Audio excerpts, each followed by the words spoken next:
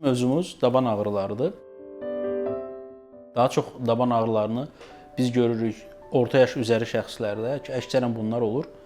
Daban tikanından, daban mahmızı deyilir xalq dilində, bəzən şpora da deyirlər. Bu xəstəliyin öncəki durumlarda isə plantar faseit mərhələsində olan dönəmlərdə ağrılar baş verə bilir. Daban tikanının ağrılarında olan əlamətlər daha çox tezdən yuxudan durarkən, ilk addımını atarkən xəstənin bir 10 dəqiqə, 5 dəqiqə ərzində dabanın hissəsində olan ağrılardan və sonradan keçən ağrılardan və yaxud ağrılar tam keçmir, böyük əksəriyyəti keçmiş olur, müəyyən az bir miqdarı qalmış olur. Bu formada xəstələr şikayət edirlər. Bir müddətdə məsələn 2 saat, 3 saat oturduğu yerdən qalxarkən də bir 2-3 dəqiqəlik bir intervalla ağrıları ola bilir. Bəzən bu ağrılar çox şiddətli ola bilir, bəzən yüngül formada ola bilir. Təbii ki, biz bunun müalicəsini aparırıq. Müalicəsini aparmadan öncə onu bildirmək istəyirəm ki, bəzən xəstələr yanlışlıqla zərbə dalğası terapiyasına gedə bilirlər. Çox fayda gördüklərini görmürük, çünki əksəriyyəti təkrar bizə müraciət edir yaxın bir zamanda. Çünki məsələnin məğzi və yaranma səbəbini aradan qaldırmadıqca tək bu üsulla biz xəstəyə tam kömək edə bilmirik. Bəzən xəstələr gəlir müraciət edərkən deyir ki, bəs doktor, mən getmişəm, müalicə almışam, niyə görə mənim ağrım tam keçməyib? Ona görə ki, müalicə tamamlanmayıbdır. Və müalicə üsulu olaraq da belə deyim də yüngül formalarda təbii ki, bu mümkündür. Amma orta ağrı və ağır formalarda biz bu cür yaxşılaşmalar görmürük. Ən axırıncı mərhələdə təbii ki, biz məcbur qalıb cərrahi müdaxiləyə əl ata bilirik. Cərrahi müdaxilə olan xəstələr nisbəti çox aşağıdır.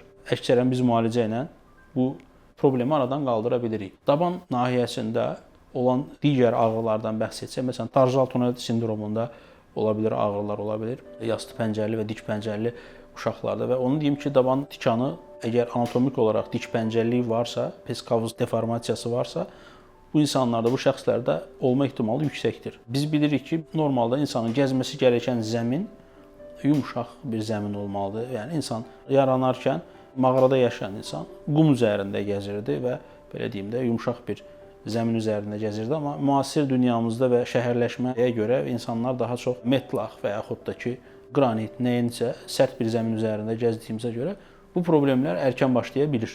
Digər xəstəliklərə keçdiyimiz zaman, məsələn, tarsal tunel sindromu dediyimiz problem olduğu zaman, sinir sıxışması zaman, bu zaman daban bölgəsində irritasiya edən ağrılar ola bilir. Bunu daban tikanı ilə qarışdırmaq mümkün ola bilir. Ona görə də differensial diaqnostikada biz EMG müayinəsindən və xəstənin şikayətlərindən, anamnezindən ciddi məlumatlar, önəmli məlumatlar ala bilirik. Başqa problemlər daha çox, belə deyim də, daban bölgəsində olan ağrılar, talakalkaneal artroz dediyimiz, yəni keçirilmiş travmadan dolayımı və yaxud da ki, ağır iş yükündən dolayımı aşıq daban sümüyü arasında olan artrozdan dolayı yaranan ağrılar ola bilir. Bu zamanda daban nahiyəsində ağrılar hiss oluna bilir. Daban ağrısı olan pasientlərimiz öncəliklə peşəkar bir həkim tərəfindən müayinə olunmalıdır. Çünki diaqnoz qoyulmadığı zaman aparılan təsadüfi müalicələrin əksəriyyəti nəticəsiz qalır. İçdiyi dərmanlar varsa, sonuçda həm bədənli kimyəvi preparatlarla zəhərlənmiş olur, həm işin bir maliyyəti, bir müddəti olur. Amma düzgün diaqnoz qoyulduğu zaman, çünki bu patologiyaların hamısının müalicəsi fərqlidir. Məsələn, talakalkaneal artrozda, tarsal tunel sindromunda əksərən cərrahi yolla biz xəstələri müalicə edə bilirik. Yəni terapevtik yolla biz xəstələrə çox kömək edə bilmirik. Yüngülləşdirici müalicə apara bilirik, amma problem tam həll olunmur. Amma daban tikanında tam tərsi. Xəstələrin əksəriyyəti demək olar ki, 99% müalicə ilə tam keçir.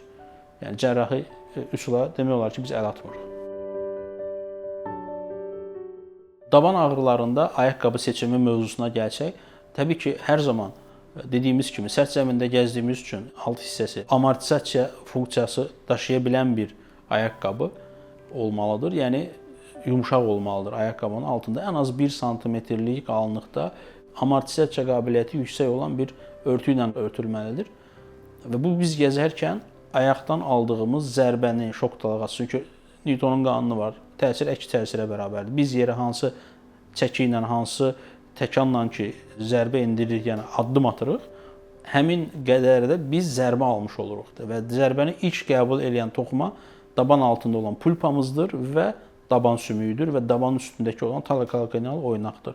Ona görə də bu zərbələrdən mənfi nəsibimizi daha az almamız üçün zəmini, alt tabanı yumşaq olan ayaqqabılar seçimimizdə üstünlük verməliyik.